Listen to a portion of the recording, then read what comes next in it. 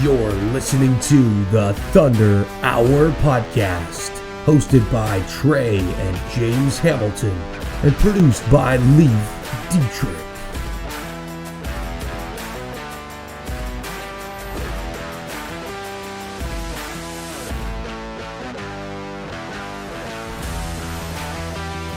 All right, welcome back to Thunder Hour Podcast. This is episode 12. Obviously, you're going to notice right away it's a completely different look. We're not at Leif's house in the basement, and Leif is not with us today. But I'm really pleased to be joined by my old man, my dad James. Many of you know him now as the drummer man, or we're the Thunder super fans. And yeah, Dad's going to take up the role of Mr. LD Smooth today. We'll see how things go. So just bear with us. Obviously, Merry Christmas, Happy Holidays to everybody. It's really good to be back here. We're in our living room here in Tillsonburg, so we got everything all set up. We got the flyers and we got all the jerseys, and it looks good. It looks sharp, and we're ready to get the podcast going. As I said, episode 12. So we're 13 weeks actually into doing this. We just had a week where we weren't able to do a podcast, and I didn't want to have the same thing again this week.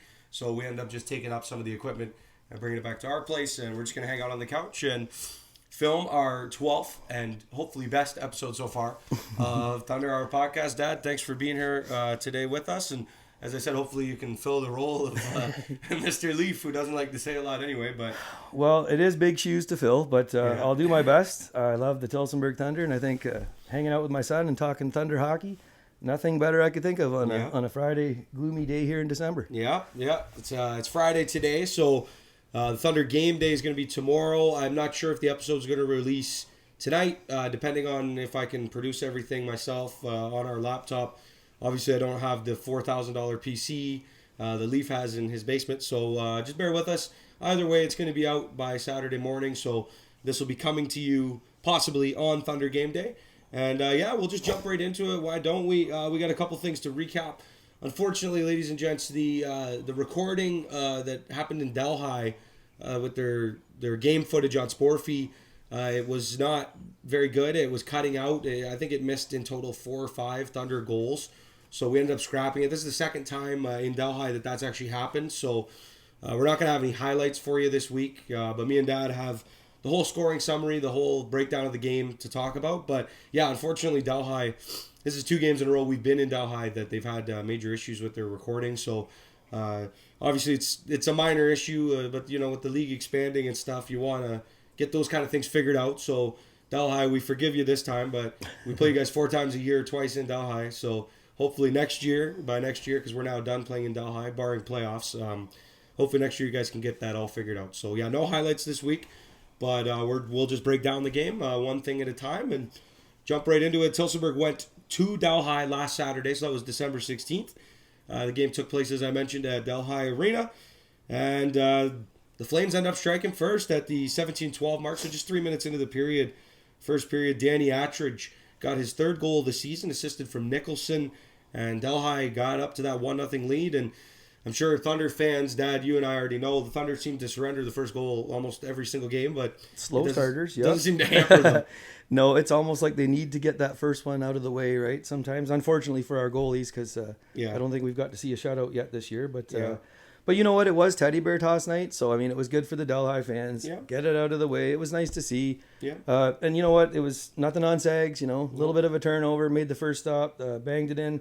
Good start for the Flames, but like you said, slow starts. Let's let them have it. Get the Teddy Bears on the ice, and then let's turn the tide, boys, because that's what we're going to see in the scoring summary here. Well, like Queener said to me when I coached up in Orangeville, I said in the change room, because we gave up the first 2 goals in Orangeville. The first goal was like 40 seconds in, so I'm standing behind the bench. I'm all fired up. I'm like, it's my first ever game as a coach, and probably my last for now. I don't know, maybe one day in the future, but they give up a goal like 40 seconds in, and then like another minute and a half or 2 later, and I talked to them in the change room, and I believe we got 1 back, so it was 2-1 after 1.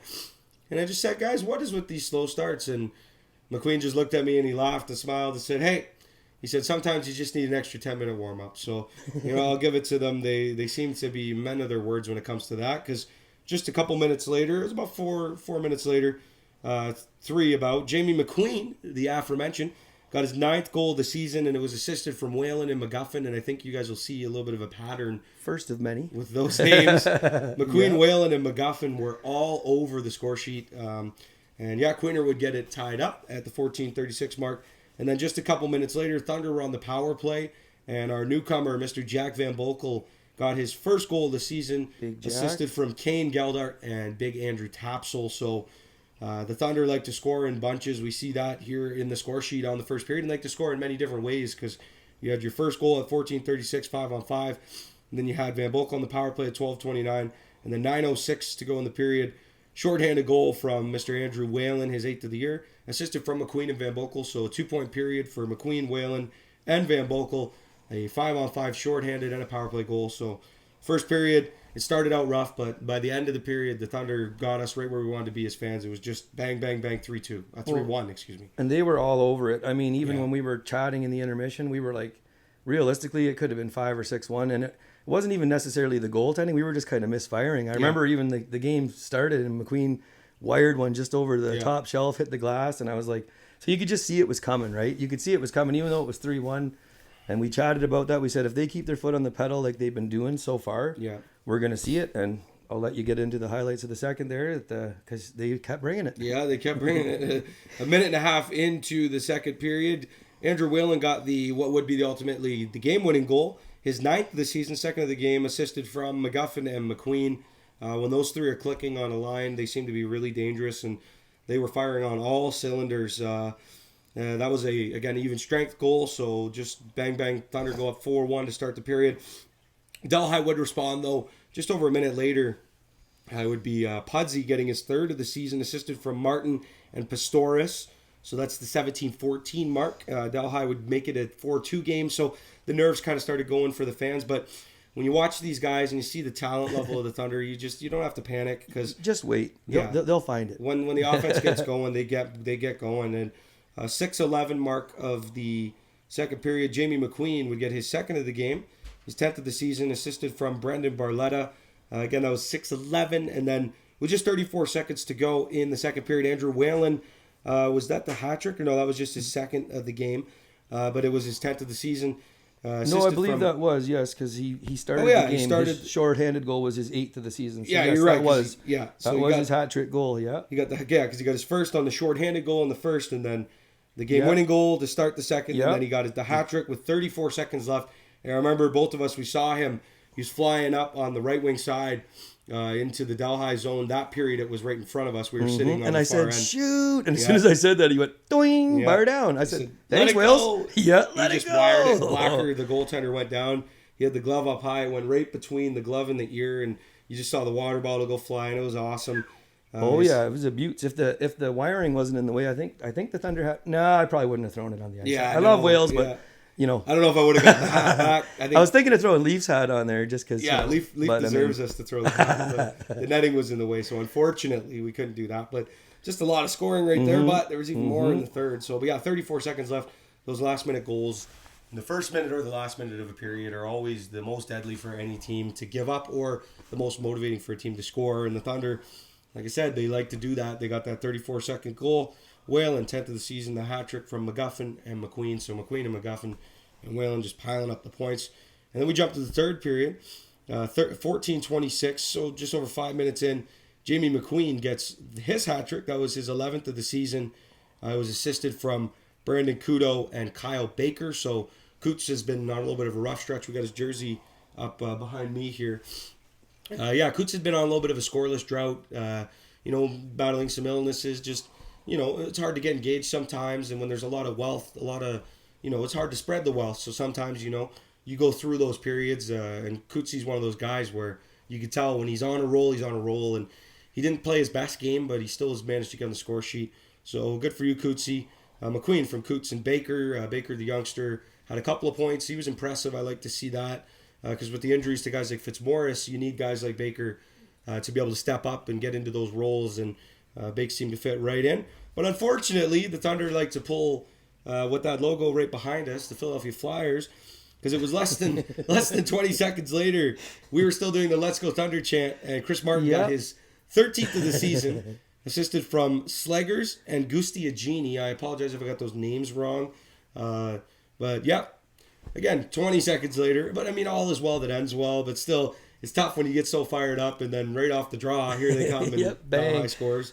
As we're chanting, like you said, let's go Thunder in their barn, granted, Yeah. but still. But still, It is what it is. Can you guys at least let us get through the let's go Thunder before you give up the goal? Just so we're not so embarrassed, that's please. But you saved our embarrassment by just going and putting it full throttle after that. So we'll give you a break, boys.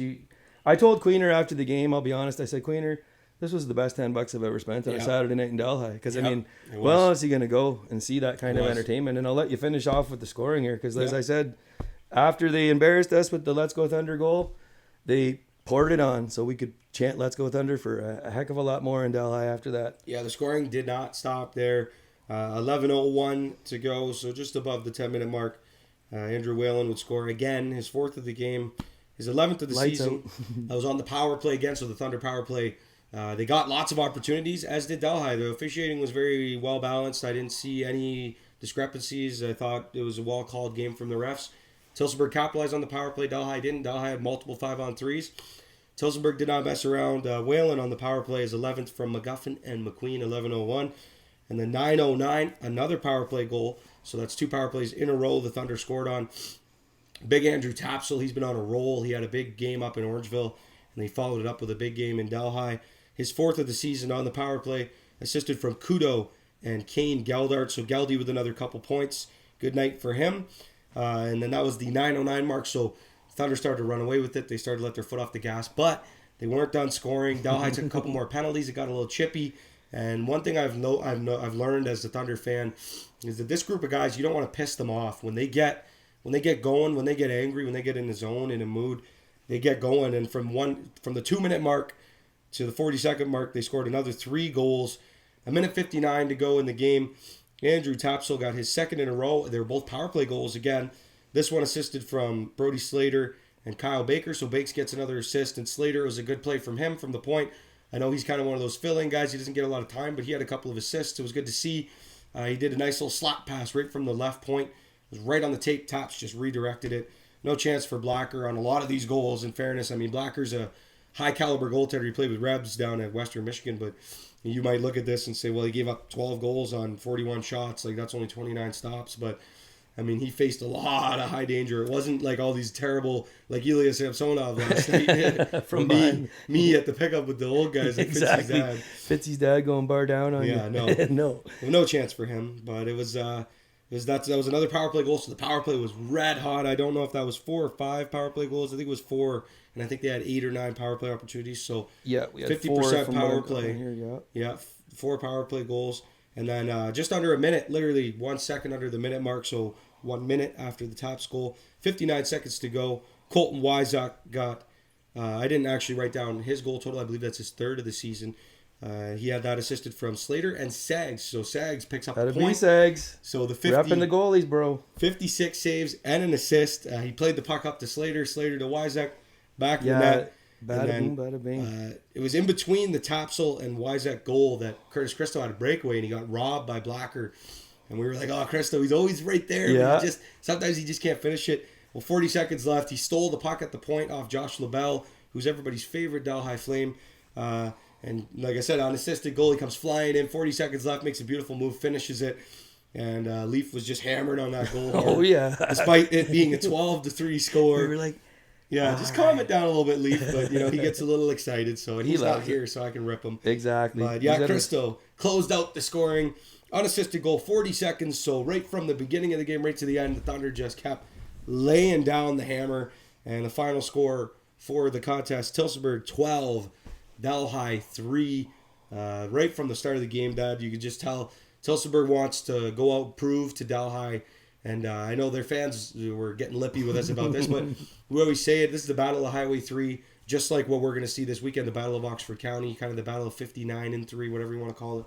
And Tilsonburg wanted to show Delhi that they're the little brother in this contest, and we're the big brother. We're established. We've been in organization for years, and Tilsonburg did not mess around.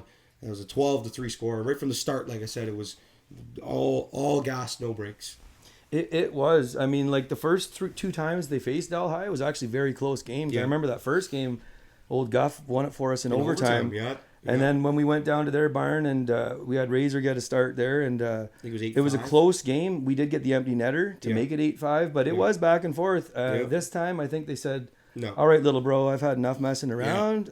You're going down." Yeah, and they know they did. They know that these games, kind of in the like Bill had said last week on the podcast, these are the dog days of December and January, where a lot of guys are on vacation and guys Christmas dinners. Yeah, like Leif tonight. You know, so, I think it's his 18th, is it, or 17th? Somewhere around there. Leif's got got a few more to go. Leif is a man of the people. I think he just likes food. So when you invite Leif to a Christmas dinner, you prepare to get 3 plates, and he's going to take one home. Even though he weighs about 100 pounds soaking wet. He can process that stuff. He can eat food. That's why Leif's gone was his 18th Christmas dinner. But I hope you have a good time, Leif. We love you, Leif. We're just bugging you because we can, because you're not here to defend yourself. Exactly. So and we got the Flyers logo in the background, so no Leif. Crap, no Leif. No, it's a Leaf-free podcast tonight. Okay. Completely.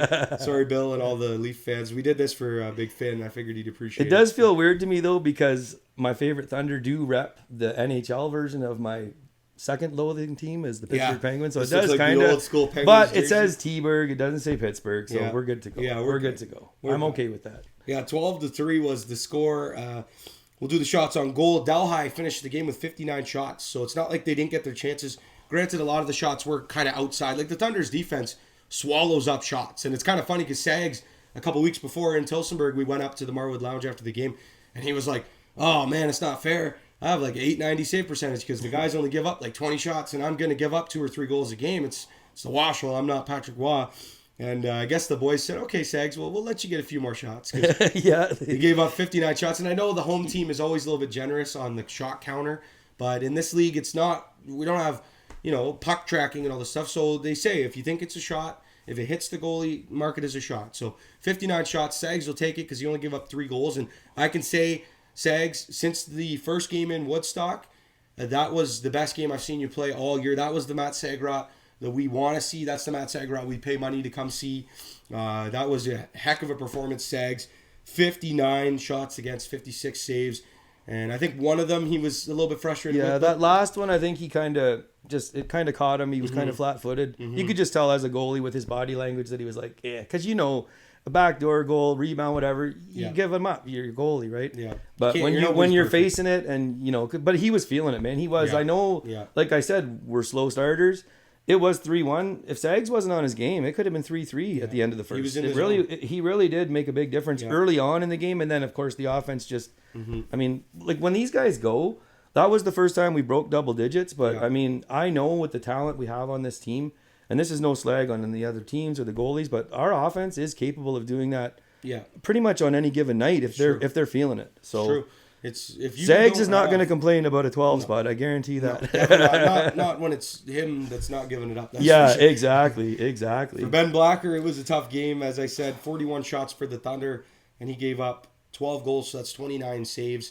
It's a rough welcome to the WOSHL. It was his first weekend in the WOSHL. I did go watch them play in Langdon the next day against the visiting Dunnville Arrows, and he played a lot better of a game. I think he gave up 2 goals on 30-something shots, so... He's a good goalie, but when you're facing the AHL caliber guys like McQueen and the open looks, and the Thunder can just throw 4 lines at you that can score, and that's one of the issues we had last year with the Thunder. We didn't have 4 lines that could score. We had 2. We had that first line. We had McQueen.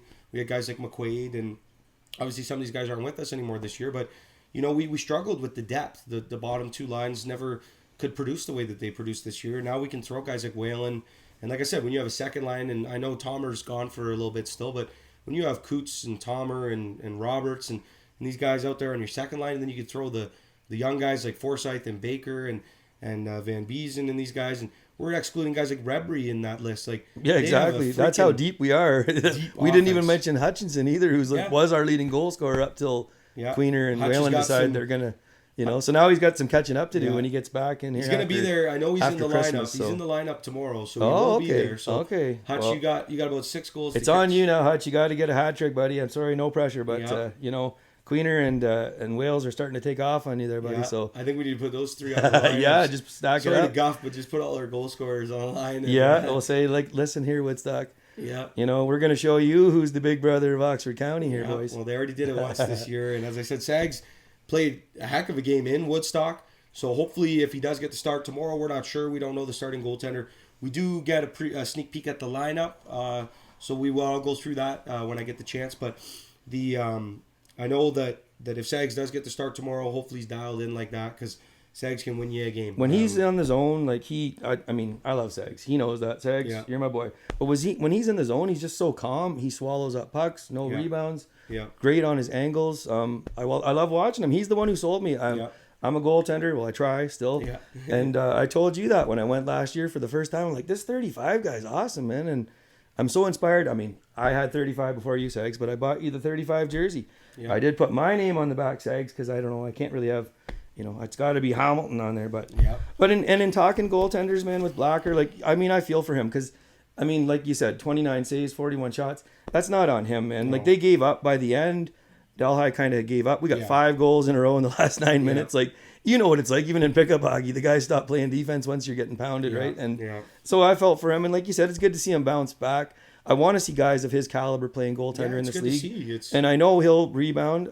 Delhi's I know they're at 4-8 now, but they're much improved from what they were last year. They got the win against Dunville, so they went up to, so they're 5-8. So yes, after the weekend. Yeah, they're there. They're competitive.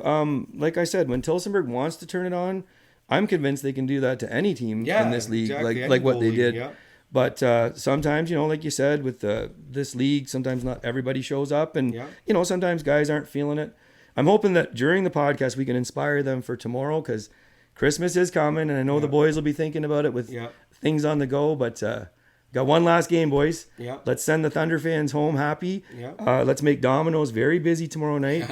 And as I said, Hutch, McQueen, any one of you guys, if you can get us a copper mug app too, we'd love that. Or Sags, or Razor, if whoever's in there. Yeah. You want to shut the door? Maybe we'll get a couple of copper mug apps. Yeah. Well, it's been a couple of games. Good. So they got shut out by Stratford, and then they only scored 4 against Strathroy. Yes, that's right. So their last couple Domino's has been quiet lately. That's right. And I think we're due, guys. We're due. No pressure, boys. Queener and Whalen combined put up 7 goals last game. So hopefully those two can. Now in that instance, I think it should qualify at least for 2 apps.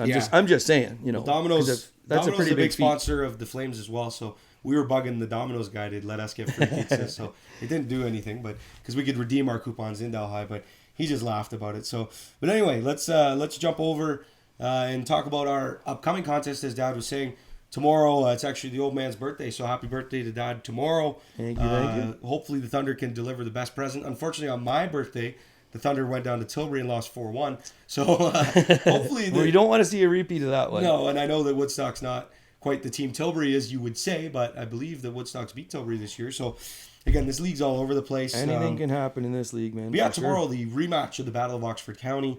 The Thunder met in Woodstock. They went on the road. I personally don't like that we only play Woodstock twice. I know that Bill was talking about it. Next year, they want to get up to maybe a 28-game schedule with divisional play. So you'd play all of your local teams 4 times instead of only 2. And then only getting to play teams like Delhi 4 times. And I definitely want to see that, because I think Tillsonburg and Woodstock have a rivalry. Even back when they were Pottsville last year, Tillsonburg beat the brakes off these guys. So then they have Kevin Hu, and he's the leading scorer in the league back-to-back years.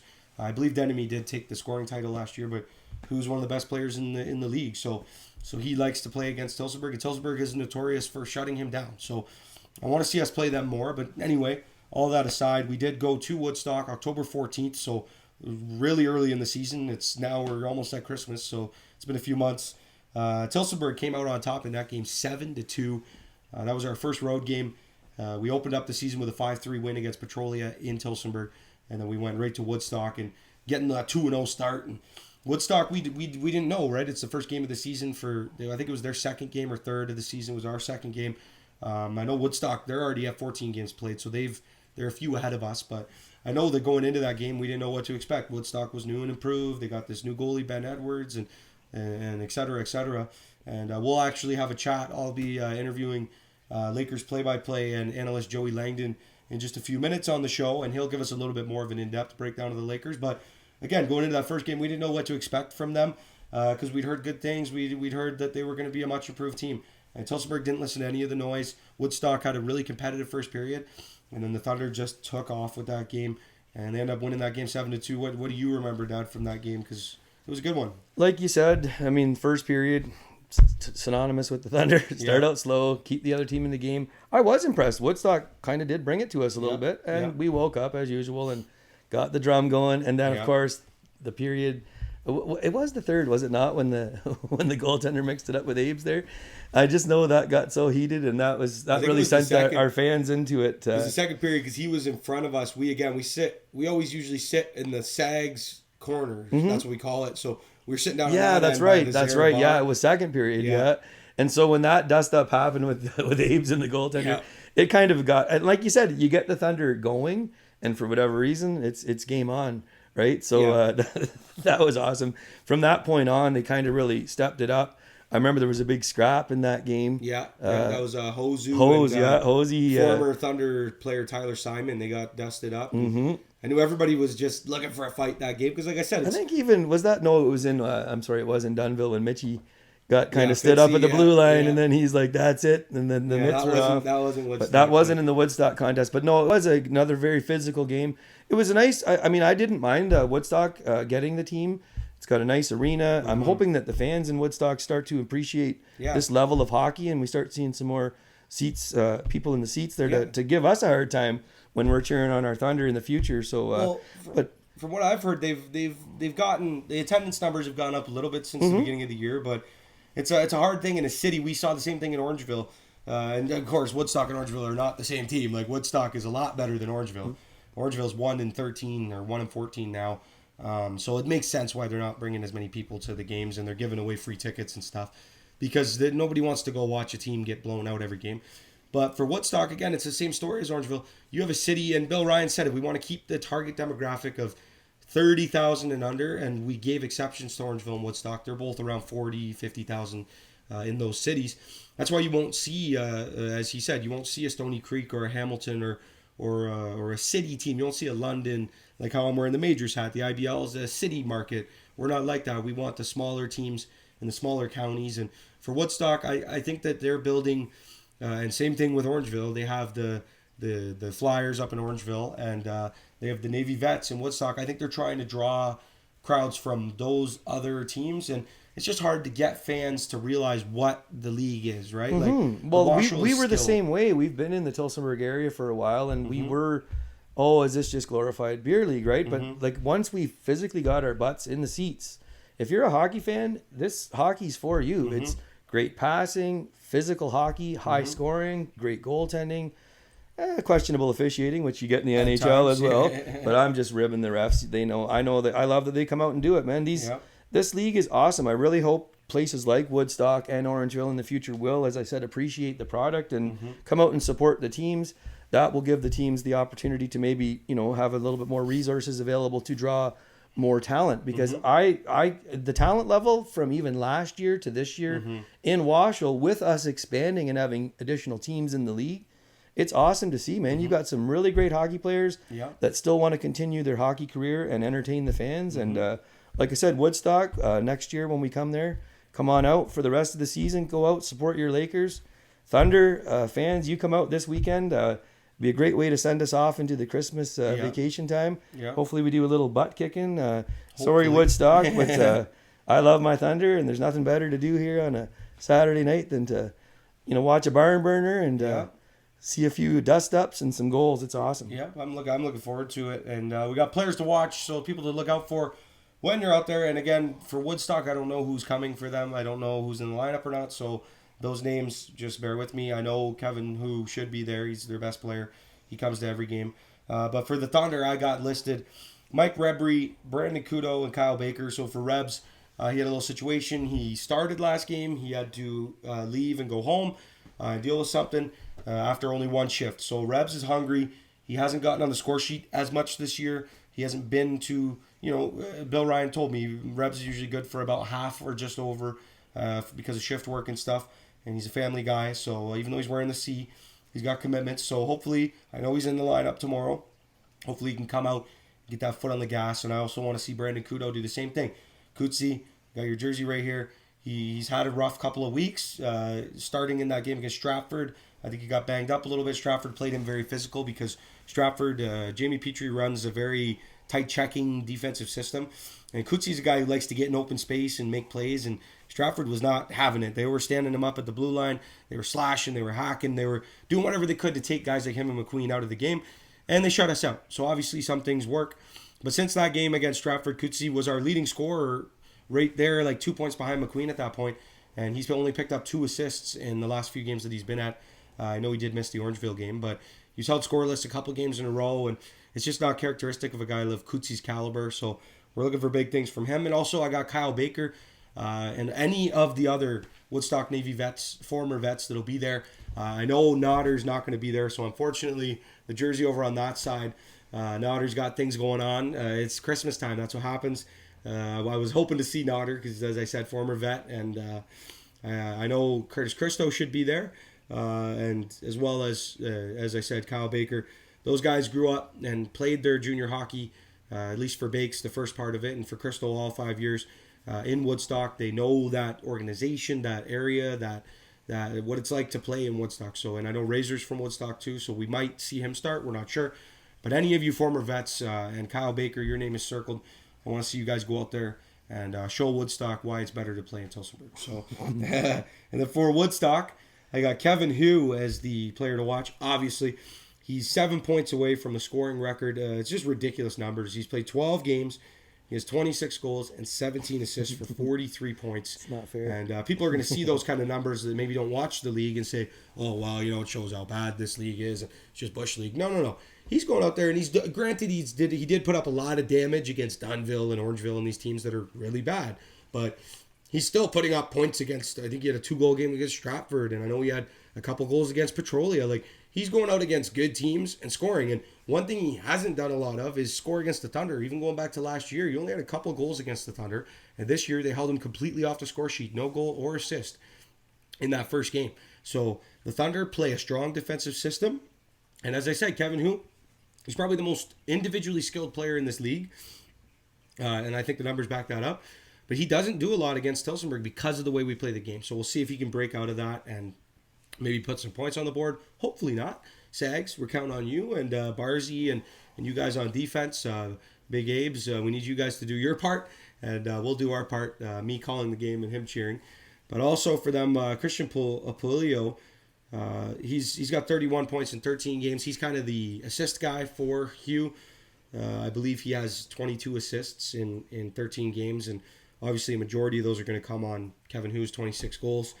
I heard Woodstock is very good on the power play as well, and that's one thing that Tillsonburg tends to sometimes get undisciplined. So take a few penalties, like in Petrolia, we had like 40 penalties or whatever. But hopefully we can straighten that out. And the first game we played Woodstock, they did not have Anthony Rendazzo, number 82.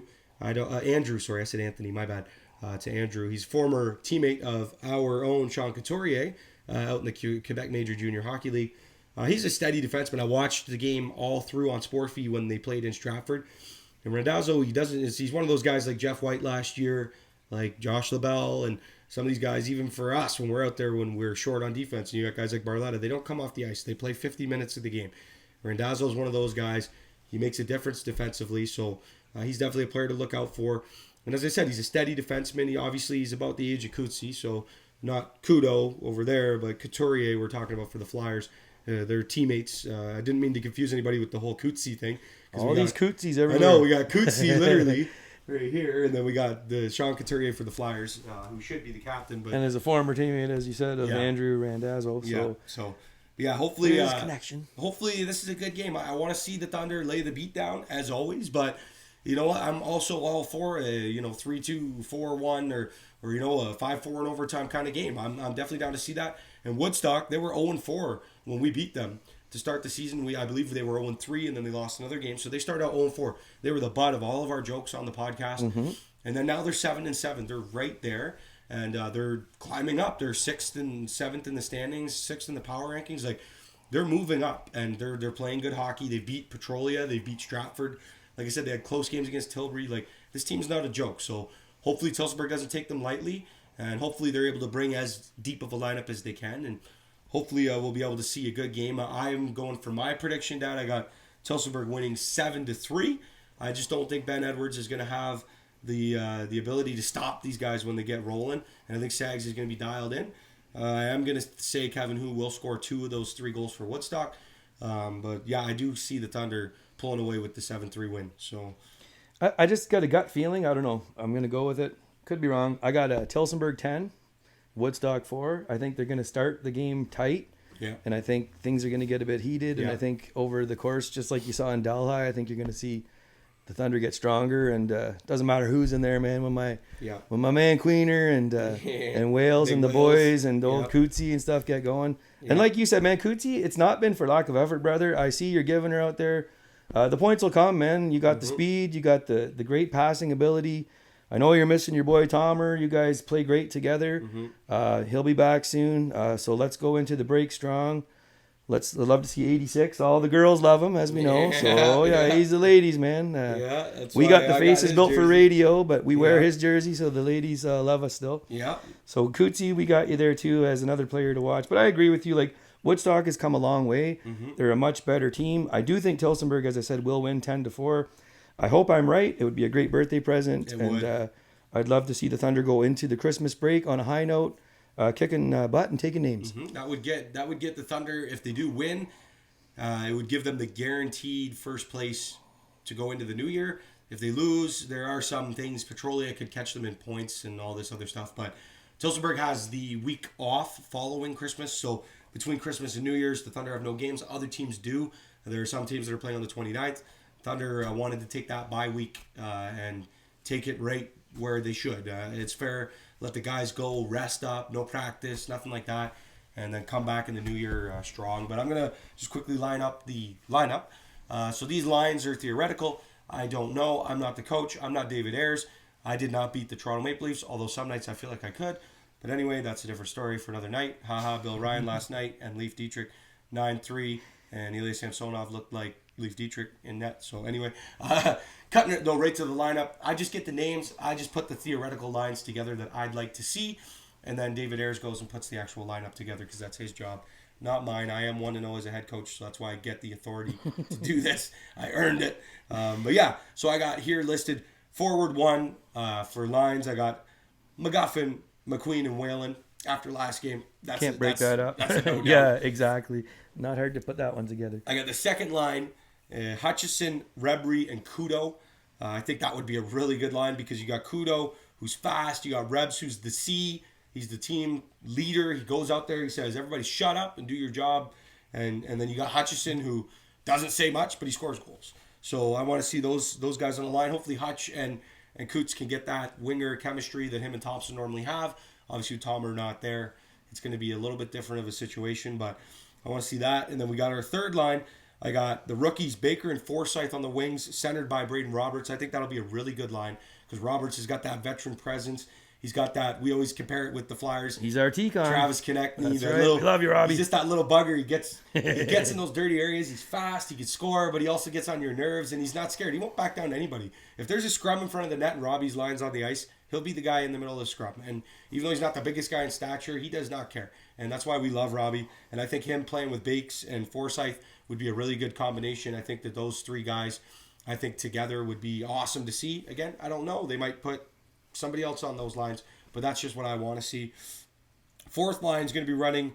I want to see Van Beezen, and then centered by Geldart, Kane Geldart, that is, and Curtis Crystal on the right wing. I think that would be a really good line. Again, you got the OHL presence on the fourth line. Like, what other team in this league can say that? Kane Geldart was a 4-year OHLer, and he's going to be centering our fourth line. And you got Van Beezen, fast. He likes to hit. He likes to earn his stripes, right? Like, guys like Van Beezen, Forsyth, Baker, these young guys know that the roster shaving's coming down. It's going to be soon. It's January 16th. They want to earn a spot, so they have everything to prove. They're going out there, and I think Van Beezen would make a really good impact on that line with, as I said, Kaner, the 4-year OHLer, and Curtis Crystal. Crystal's one of our favorite players because he just puts effort in. Yeah. That line, Geldart, Van Beezen, and Crystal, why I put that as our fourth line, because fourth lines in the NHL are a whole different thing. You want, like, look at the Flyers. We got Delorier and Hathaway. We got bums on the fourth line. They're out there just to lay the body. Scotty Lawton. But in our league, you want speed and you want effort on the fourth line. And those guys, Van Beezen, Geldart, Crystal, all 3 of those guys will put everything they have, even if they don't find the score sheet, which Geldart's still like a 2-point per game this year. And Crystal's even up there. And Van Beezen's picking up the points. those guys are going to put everything they have into every shift, and that's why I want to see that. You can spell the third line, throw the fourth line out there, and as I said, the Thunder don't really have a traditional 4 lines. You could put any one of those 4 lines, I'm confident you could put on a team like, let's say, a Dunnville or one of the lower level teams in the league, which it's funny because we can't really say that much anymore. But if you put Roberts, Forsyth, and Baker on Delhi, that'd be their first line. Like, I'm sorry to Chris Martin and those guys in Delhi, but those 3 guys would be more talented and have more cohesion than anybody else on your team. That's our third line, potentially. So, but defensively, we'll just break that down quick before we jump to our break and then get Joey Langdon on the show. Defense-wise, we got Justin Abraham, the tank, and we got Brendan Barletta. Big Barzy and Big Abes. Those 2 guys, solid, smooth as butter. Those 2 guys are, as my grandfather would say when he drank Coca-Cola, he says, smooth as hickory bark, son. Oh, yeah. So no, when Bees is on the ice, BB, man, I love you, man. I don't feel nervous at all when him or Jamie Forsland are on the ice. Like, they have a calmness to their game, like, and some physicality. Like, great hockey players, man. Seeing really those excited. 2, him and Abes together, will be awesome, man. And then we got welcoming back to the lineup. It's been a couple months, but I don't think it was injury related. I think Finn just was enjoying family time. And Philly doing well this year. The Flyers, Finn's got to commit to watching the Flyers. We're actually winning for once. Yeah, so we're not playing. The Flyers aren't playing tomorrow, so that's the coincidence. They're playing tonight. So Finn, he can actually make it because he doesn't have to watch the Flyers. But anyway, Mike Finley, welcome back. He'll be playing in a pairing, I believe, with Colton Wyzak. So you got a really solid rookie defenseman who can play offensively. We've seen it. Look at the couple goals he scored his last couple games. He's been very creative. Yeah, it was not fluky. He's been, honestly, me and Leif talked about it too, and I know you and I have that same opinion. I think Colton Wyzak's been the best rookie signing that Bill Ryan's made, and I think he could potentially be the best fresh out of junior hockey rookie in the WOSHL. Well, he's making an impact when he's called upon, even as a forward and as a defenseman. Like, I mean, he's calm. Out there against Petrolia, him and Burzy, I don't think they even let up a goal against or nothing. Like, they were a top and this was a team that's, top of the league. This is not playing some of the lower tier teams. He's got a calmness to his game. He's a good kid to watch out there, man. I enjoy his game. Keep it up, man. I really like that signing for Bill Ryan. Shout out to you, Bill. You do a great job putting this roster together. I know we say it almost every episode, but it's because we keep watching this team win, and you added depth in the areas that we needed to go out and gun for a championship. Guys like Wyzak are proof of that, and guys like Kudo, you keep pointing at the Notch jersey, but Nodder, you play a big role as well, buddy. But anyway, third pair defensively, we got Brzezinski, big Kyle Brzezinski. Breezer. Tony Geldart, big Tony G. Those 2, again, it's a solid pairing. Where can you go wrong? You got Burzy, he's got that, again, he's young, so he's got a little bit more jitters to his game, but Tony G, he plays a really calm game defensively. So Burzy, when he feels he has to be the main defensive guy in a pairing, he'll tend to maybe chip that puck a little too quick or just miss the passes. But when I've seen Burzy play with guys like Wyzak on defense, and keep in mind too, Burzy never even was a defenseman. He played primarily forward growing up. So he's doing what he's got to do to be on this team, man. Exactly. Him and Knotts, those 2 guys both were junior C forwards, and they switched to defense late in their careers. And again, Burzy, when he's played with guys like Wyzak and Tony Geldart, he's played very well. When he's played with guys like Knotts, maybe, who's like a more offensive guy, or when he's played with Slater, who, like I said, he's more just a fill-in guy on this roster. So when he gets in there, Burzy's worried, okay, I got to play all the defense. He sometimes makes a few rough plays, but I think with Tony Geldart, a veteran presence, former Junior B, Junior A guy, I think that those 2 will make a solid pair together. And again, these pairs could be completely backwards. I don't know. That's just what I'm seeing. David Ayers, if you're going to watch the pod before, if you want to throw that lineup out there, I expect to get full credits in the room. Just let me know. But anyway, goaltenders confirmed to be at the game. We have Sagrot and Raymond. I guess Sagrot's getting the start because he's our 1A. He's our goalie. After that last game in Delhi, he deserves it. And I was thinking maybe Andre Waugh would get the start, but he's unavailable. He's got Christmas things going on. So no offense to Razor, but I do feel that Sags, we're going to go on a deep run, we want to get Sags in there every opportunity possible. And I think Razor understands that. Razor knows with the foot injury, he's still not fully 100%. He's admitted it to us. And I think he's happy just to be there, honestly. And I love seeing that with Razor because Razor's a personality guy. Razor's one of those guys you want in the dressing room to help glue the team together. And I think he does a great job of that. And if you do get the start tomorrow, Razor, please, oh please, go out there and do whatever you can to make sure that Kevin Hu doesn't score 6 goals like he did Jesse Schumann up in Dunnville. But anyway, we're getting up near 45 minutes here, so I just figured I'd just give Dad another thank you for being here. I'm going to do the interview with Joey Langdon by myself just because I only have one pair of headphones. And when you do an interview on Zoom, you need headphones to be able to hear what's going on.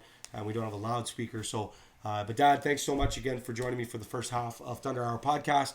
I think it was awesome. I think I can officially say, Leif Dietrich, you're fired or you've been thunderstruck. Dad, it was great to do this with you, man. Obviously, happy birthday early to you on behalf of me and all of Thunder Nation. And hopefully you liked being on Thunder Hour because 45 minutes can go by really quick, as you saw. I know, it's so funny. I knew when it was you and I because we both love to talk. Yeah. And we both love to talk hockey, Yeah. and we both love to talk the Thunder. So I figured we might have our own Thunder Hour, mixed in before your interview there. Literally. So, but no, it was awesome. I love it. I love the team. I love supporting these guys. Yeah. As I've said, I hope the town of Tillsonburg continues to come out and support this team. Mm-hmm. It's awesome hockey. I mean, it's Canada. What else can you ask for? And thank you guys, you and Leif. Leif, thank you for letting me take your spot this week, buddy.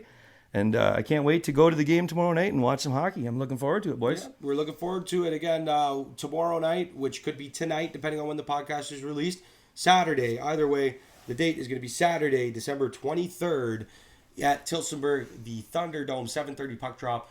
Your Tillsonburg Thunder and the Woodstock Lakers. Thanks again for joining us. This was the first half of Thunder Hour podcast. I will be right back after this short break, and I will be joined alongside Woodstock Lakers play-by-play man and analyst, Mr. Joey Langdon. For my dad and the rest of you at Thunder Nation, we will see you in a little bit. We'll be right back. Let's go Thunder. Let's go Thunder. Yeah. All right, ladies and gentlemen, welcome back to Thunder Hour podcast. This is episode 12, the second half of the show, once again being shot from my living room, not our lovely basement studio in the unfinished basement in Leif Dietrich's home in Woodstock, Ontario. But anyway, it's really great to be back with you guys here for episode 12. And I am very honored to be joined tonight by a good friend who is the play-by-play announcer and head analyst for the Woodstock Lakers. Ladies and gents, welcome to the show, Mr. Joey Langdon. Thanks for being here, Joey.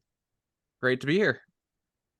I'm excited to have you on tonight as you can provide some insight for us on our upcoming opponent who will be playing tomorrow. But with the podcast production process, it will actually be today when you people are viewing the podcast. It'll be the Woodstock Lakers sitting at 7-7, also sitting, I believe, 7th or 6th place right around there in the standings, coming to Tillsonburg to take on the first place 11-2 Tillsonburg Thunder. So, Joey, I again appreciate you being here, my friend.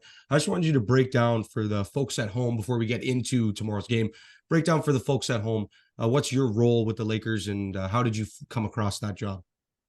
Yep. So I do the one-man show, play-by-play and analyst for the Woodstock Lakers, doing their commentary. I do it alongside very talented producer Eric Jackson Sarkany of Dream Team Video Productions, and I've been doing commentary for a bunch of different teams, Rogers TV London in the past. I spent last summer doing it at Delaware Speedway for motor racing.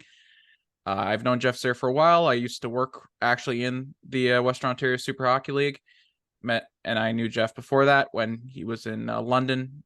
The London Lakers in their previous life were a junior team based out of London.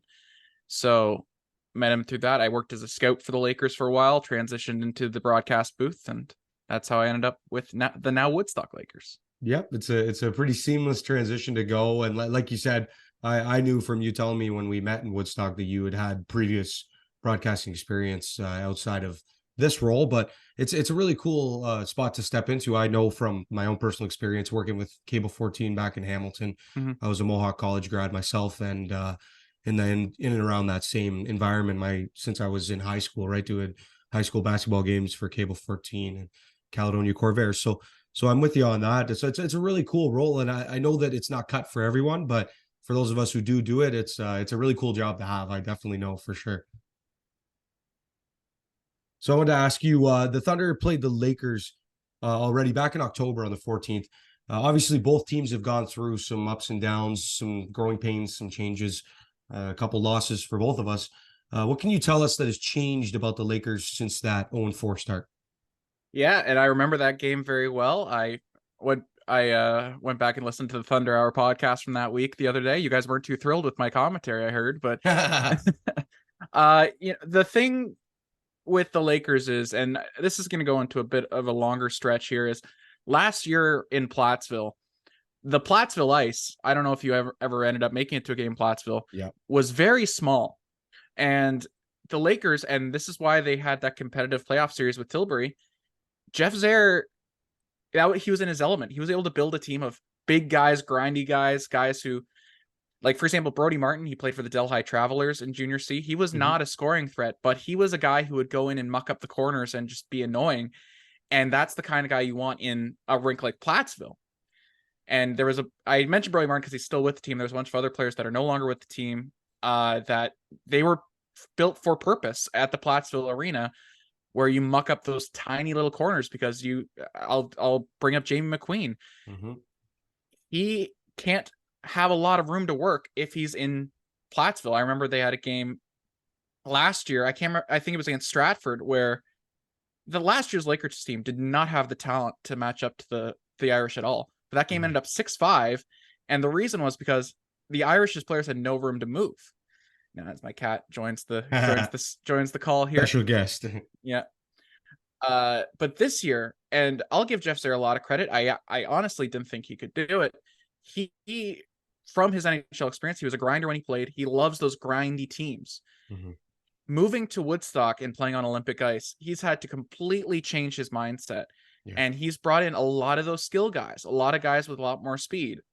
Now, and we saw the game in Woodstock where, yes, Jamie McQueen had that shot where Jamie McQueen. He's going to take that shot. He's going to score it. Yeah. But now you throw in maybe a Lodi Ipili or a Justin Chang or someone who's not necessarily going to fight, but someone who's going to just disrupt a little bit on the Olympic ice, because you can't have a slow guy disrupt. You got to have someone who can keep up with Jamie McQueen, at least speed-wise, and still disrupt him. Justin Chang, he's a really short player, but he's got a lot of speed, and he's tenacious. And if I would expect this weekend the Lakers to have Justin Chang, who usually plays on the third or fourth line, to be playing up in the lineup a little bit to really cover Jamie McQueen, because Justin Chang has a lot of speed, and he can just get in Jamie McQueen's kitchen and stop that shot from coming. Yeah, he's got that ripper. I mean, we saw it in Delhi, and granted, Delhi is not the greatest of teams, but they're improved from last year. I'll say this about Delhi: I think they're a playoff team this year. Genuinely, sure. I think, and they didn't even add that many players. They got Ben Blacker, who's fantastic, but other than that, they've got basically the same lineup as last year, but they have developed so well. And I think Delhi is a playoff team this year just from internal development, which you never see at this level. No, it's impressive because what they've done system-wise, we've had a few chats about it. Leif and I and my dad and I, we were on the podcast today and just chatting about how the system at this level, a lot of it is system-based. You need talent, you need skill, but like I said, look at what Jamie Petrie does. He doesn't have the most talented group of guys in Stratford, but he has a system and the guys buy in. And when they play that game, that overload offense, that overload defense, that high energy penalty kill, that quick shift, 25, 30-second shifts, they can beat anybody. And we'll look at it in Tilsonburg. We have been shut out once in the last 2 years, and it was by Stratford 3 or 4 weeks ago in Tilsonburg in front of a pumped home crowd because Petrie came in, he got the guys bought in. And like I said, theoretically on paper, the Thunder are the better team in that matchup when you look at the names, but when you have a system and you buy into that system and you play according to what your coach expects, good things are going to happen. I think Delhi and Woodstock are examples of that this year. Yeah, and the roster is totally different from last year. That is something to note. But I mean, it would be impossible to go through this podcast without just noting that Kevin Hu is 7 points away from the all-time record, and we're halfway through the season. Yeah, he was coming up on a couple questions from now, so I might as well just ask, like, you get to see Kevin Hu play and you get to call his games just as I do with guys like McQueen, but you get to be there and see it up close and personal. What is his talent level for real in terms of, let's say, top 5 player in this league, number 1 player in this league? Like, you get to see it every day. What does Kevin Hu do on a game-to-game basis that makes him such a difference maker to have almost 50 points in 12 games? Yeah, so obviously he's fantastic. We knew that last year. He won most outstanding player last year. But he's made such a step this year. And part of that is moving to the Olympic ice because he's not a huge body. That's the only reason he's not playing at a higher level, is that he's pretty small. That being said, when he has space, he combines not only that unreal shot that rivals McQueen's, he has probably the best hockey sense in the league. He's always in the right spot. He's never out of position. He plays defense on the power play, and he's never out of position. But he's got the skill, he's got the smarts, and he has found unreal chemistry with Christian Polillo and Hunter Dubecki. Yeah. That is two names that I need to mention because the Lakers have been shuffling lines all season. I have not had a single game where the full line of 4 was exactly the same. It's usually the same guys, but they'll shuffle it. I think Brad Crisco, Justin Chang, and Brody Martin have played on all 2, 3, and 4 of the lines. Yeah. But that first line, Hunter Dubecki, Christian Polillo, and Kevin Hu, they are the top 3 in scoring on this team, and they have unreal chemistry right now. Hunter Dubecki, he doesn't have the most points out of that line, but that's because he is a great stopgap on that line. He's usually the one who's coming back, holding defensively, maybe quarterbacking the play, starting it up, getting the defense involved. Polillo, he actually, first game of the year, he was on the second line. They bumped him up. They swapped, I believe, him and Damian Karingi. And ever since Polillo got linked up with Kevin Hu, it seems like every time they're on the ice, they don't look at each other. They just know where each other are. Like, they seem like brothers out there, which is unreal because one of them is Kevin Hu and one of them is Christian Polillo. One very Italian name, one very Asian name, not exactly brothers, but they go out there and act like it. They play like it, yeah. Yeah. That is the big step that Kevin Hu has taken this year. Obviously, you don't get 43 points by being carried by your teammates, but having great ones helps. Yeah, for sure. Having great line mates that he has that chemistry with. And I mean, you get to see it, like you just said, those 3 names you mentioned are on the score sheet. It seems like all the time. Like we watched, my dad and I and my girlfriend, we were hanging out here when you guys played Stratford, the overtime win. And I noticed that as well, that it seemed like Hu and Polillo were, when they were on the ice together, it seemed like they knew where each other were. And where they, you'd have one take that shot from the outside and the other cutting to the net and looking for that bang, bang rebound, or you'd get Hu would go behind the net, swing around and look for the pass out front. And Christian was getting in the right spot, right? And that's something that's huge. And to have that line mate that you have that chemistry with, it can make or break a team, right? And it seems to be, since that 0-4 start, it seems to be making all the difference for the Lakers, for sure. So I want to ask you as well, Woodstock's got 10 games left in the regular season. You guys have played 14 games. You're 7-7. What are you expecting from the boys as they close out these last 10 games? Well, what's interesting is that when they started out 0-4, when they went back and came back and came 5-5, that was 6 straight road games they played. That means that at the end of the year, I believe from game until the last game of the year where we go back to Tillsonburg, I believe, we have 7 straight home games. A lot of them are Dunnville, Alvinston, and Delhi, and I believe Orangeville twice. The Lakers' schedule is so backloaded this year, but it's backloaded with home games. It's so front loaded and then backloaded with home games that after Christmas we have Stratford and then Tilbury, and then I think Elora once, and then it's going to be pretty deceptively easy schedule the rest of the year. Now, not to say that it's a cakewalk. We lost to Delhi. Delhi's a good team, and they took it to a 6-4 a couple weeks ago. Yeah. But I think the Lakers have a deceptive record right now. I'm not saying that they're on Tillsonburg's level right now. I think they got a shot to win tonight. But I think that if you look at this Lakers team, what they've been able to do, especially now that they've figured out their defense, because the defense was a huge question mark at the start of the year. This is a team that I could see having a home playoff series. This is a team I could see getting to that 4 seed. And you look at who they'd have to knock off. It's one of Tilbury, Petrolia, Tillsonburg, or Stratford. I would put us up maybe ahead of Tilbury right now. Maybe not now that they have their goaltender back, Polidori. Yeah, he's a stud. But Tilbury's forward and defense, obviously I take Polidori over Ben Edwards. Ben Edwards is fantastic. He's not Ryan Polidori. I get you. But other than that, I think this Woodstock roster is better than Tilbury's, and that's so weird to say. I agree. It is weird because last year, I mean, again, Tilbury's not what they were last year. They had a lot of stuff, Chigrintsev last year, and they had Ryan Roth. I believe they just re-signed Chigrintsev for the rest of the year. Okay, so that's going to be he's a dangerous player. He's a difference maker, and I know guys like Winkworth. Winkworth's got all the speed in the world. He's not like the greatest finisher, but they also have Dylan Denomi, and Denomi's is one of those guys that he's going to make a big difference. But like you said, the way the Lakers are playing, I do agree with you that if you put them head to head, because you guys played Tilbury last year, and obviously it was a best of 5, and it was a different scenario. But let's say it got to a second round playoff matchup, and we had Tillsonburg, Petrolia, and then Woodstock, and say Tilbury, as you said. I would definitely start leaning my money towards Woodstock just based on the way they're playing. And I mean, I would like to see that matchup on the Olympic ice as well, because the speed of the guys like as I said, Winkworth and Tilbury, it's just under the size of an NHL size rink. So he's able to get in that.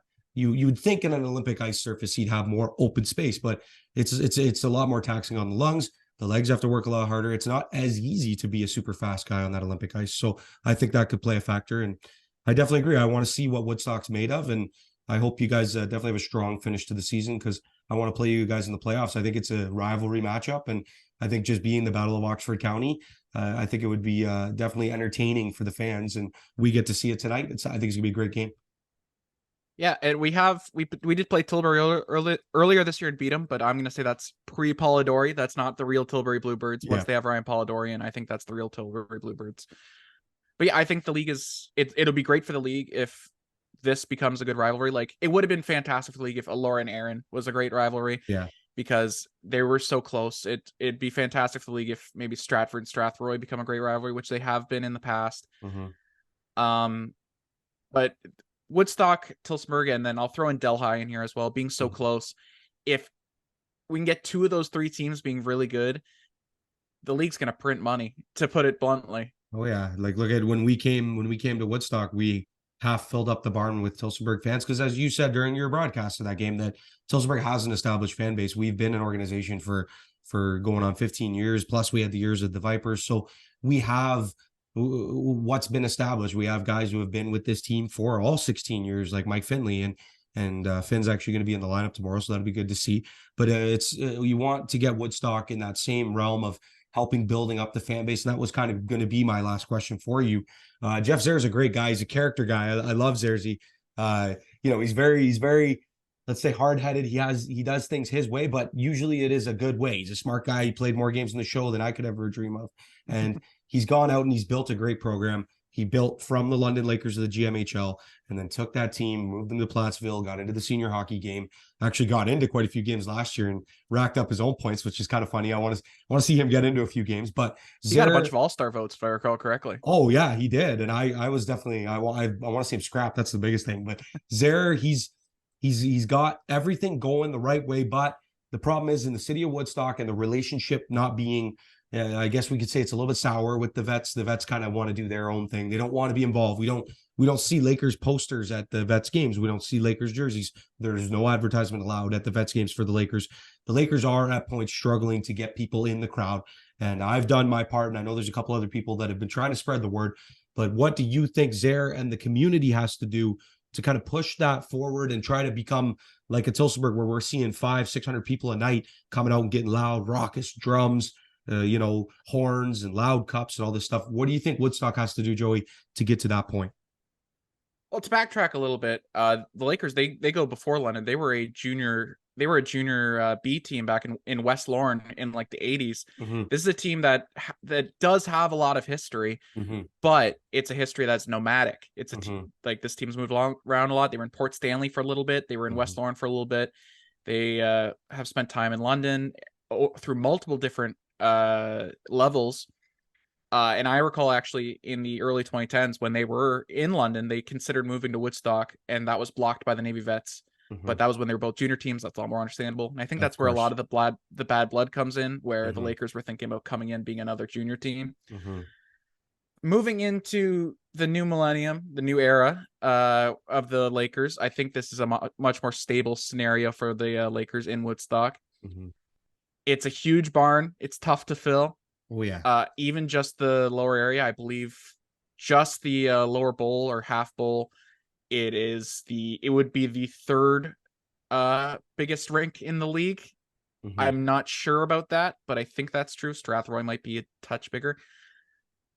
But to fill that, I think they're doing a great job with what they can do right now, engaging the community as much as they can. What I would like to see the Lakers do is Woodstock is a changing city, as many cities in Canada are. Huge immigration into Canada, And Woodstock, especially, there's huge different demographics. I would love to see us engage those demographics a lot more. Bring in maybe leaders from different communities in Woodstock, different ethnic communities, and even ones that maybe don't have a huge hockey background. Bring them in, show them what this game is about, because it's a great game. Oh, it is. And people from around the world would love to see it. And we have Tillsonburg coming in, Tillsonburg fans coming in, packing the place was great. You guys were super loud. It was awesome. Stratford's close. Delhi is close. Whenever we get a close team, even Woodstock residents, it is great to see. They would love to come in and see, oh, I know where Tillsonburg is. I'm going to go watch that game. I know where Stratford is. I'm going to come watch that game. It's a bit of a harder sell when we got Alvinston in, or Elora, or Orangeville a bit further away. But I just want to see us engage our communities and advertise more as much as we can. The Zares are doing a fantastic job. It's hard to remember, this is the first season. So when we're averaging about, I want to say 350 a night, like, yes, it's a huge barn. Yes, it's a huge market, but we're not competing with other huge barns, huge markets. We got to compare it to what Delhi is doing. Delhi is doing a fantastic job in a tiny city. What Alvinston's doing out there at the BAICC, by the way, Alvinston, they can pack a barn. So can Tilbury. That was crazy. Oh yeah. Yeah, they had over 1,000, and their barn, like, legal capacity. Don't tell the fire department, but their barn is like 800 max capacity, and they had over 1,000 for that game when Petrolia came. Like, that kind of stuff.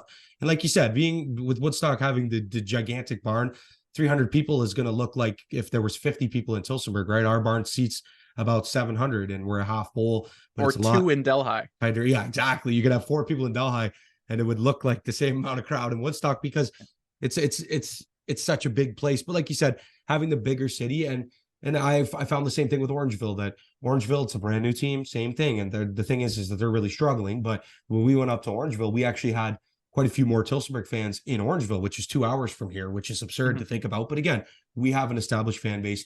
We have previous championships within the WOAA. We have the guys that have been on that team for so many years. The people have been following them for so many years, and we put a good product on the ice. So I get it that we're going to travel a lot better than some other teams, but you want these big cities that within the next couple of years, hopefully Woodstock and Orangeville catch on even more. And when we get to the Navy Vets playoff games and they're putting 1,000, 1,500 in that barn, I'm hoping to see the same thing with the Lakers games. Hopefully the word just keeps spreading, and I'm seeing more and more good things on Facebook and other outlets that people seem to be catching on, and hopefully more and more people start getting into Woodstock. And as I said, it's going to be great for the league, because Woodstock's starting to put a good product on the ice, and we're such a great geographical rivalry. I think it's going to be good for the future of this league. I will say this, podcaster to podcaster to podcaster, on Twitter or X or whatever it's called, the most video views this season have been Woodstock games, because, and I want to give a shout out, because he took it tough last season where he got cut before the end of the year. He's found a niche. Brad Crisco, he is a podcaster himself. He has a Detroit Red Wings podcast that's pretty popular.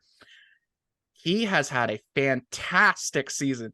I saw him on the roster this year, and I'll admit, because I saw how it ended with Stratford. He got cut for the playoffs, wasn't on the playoff roster. I thought, okay, well, he's going to come out. He's going to have some minutes. I know he moved here, so it's like, okay, it's another body. He has been very, very good. I think he's scored in the last 4 straight games, or at least at home. He is linked up with Justin Cheng very, very well. Again, 2 guys you don't expect to be brothers on the ice, Justin Cheng and Brad Crisco. But those two have been linking up really, really well. They've played with Brady Schmidt and Brody Martin. Those two have flipped in and out of that line. So, hey, it does help when you have a guy who's got some clout on the internet, who's putting up points. Again, he's got 8 points this year in 10 games. He has been very, very good offensively. Probably his best season ever offensively, to be honest. I've seen him with Elora and Stratford. He was pretty good, but this is probably his best year. And his views, like when he scores, the video goes viral on Twitter. So I can't complain about that. That's awesome to have that connection with the players that, as you said, he's got clout. He does a Red Wings podcast, and last I checked, his Red Wings were beating the crap out of the logo behind me tonight, and I'm a big Flyers fan, so I'm just going to stop that one there. But no, it's cool. It's definitely cool to see, because the connection of these guys, like I said, we got guys like McQueen that played AHL, and he's a DEL champion, and you get fans of his that were fans in Germany that watched him win them championships come in, and they'll be watching and they'll be commenting on certain videos and things like that, because that fire that the league is building, bringing in guys like Dale Howardchuck's son, Ben, as I said earlier, and these guys that have played SPHL, FPHL, ECHL, these people that watch these guys getting fights down in the ECHL for the Wheeling Nailers and things like that, those people will continue to follow their favorite players for years. And that's what we need as a league, is that smaller hockey connection, because that's what we are, as a smaller Southern Ontario, Western, specifically Ontario hockey league. And we want people who have followed the ECHL and the FPHL and these smaller leagues in Europe. And that's where a lot of our guys are coming from. And as you said, Brad Crisquet has a podcast that he does about the Red Wings. And I know that's an NHL team, but he does a smaller podcast. But those people, they feel more connected. Those are the kind of people that you need to bring in to become fans of the Western Ontario Super Hockey League, because those connections are true and pure. I'm never going to meet Austin Matthews unless I pay $6,000 for a raffle ticket and win, luckily, to do a nine hole of golf with him. But I can go and I can have a beer with a guy after the game that is still a really good hockey player, not Austin Matthews level, but that's the kind of connection that this league needs. And that's what I'm hoping to see for Woodstock and for Tillsonburg. But anyway, Joey, we're running out of time, so I just wanted to let you get on with your night. And I want to thank you so much for being here tonight. It was great to have you on. Anytime you want to come on before a Tillsonburg and Woodstock matchup, we'll have a chat. And if you ever need to have any connection with me about anything, any questions, you just let me know, man. Thanks a lot for being on tonight. Fantastic. Good luck tonight. I appreciate it. Good luck to you guys as well. For Joey Langdon, I'm Trey Hamilton. This has been Thunder Hour episode 12. We're signing off from Tillsonburg, Ontario. Take care. Have a great evening, Tillsonburg and Woodstock, and we will see you tonight. Puck drop 7:30.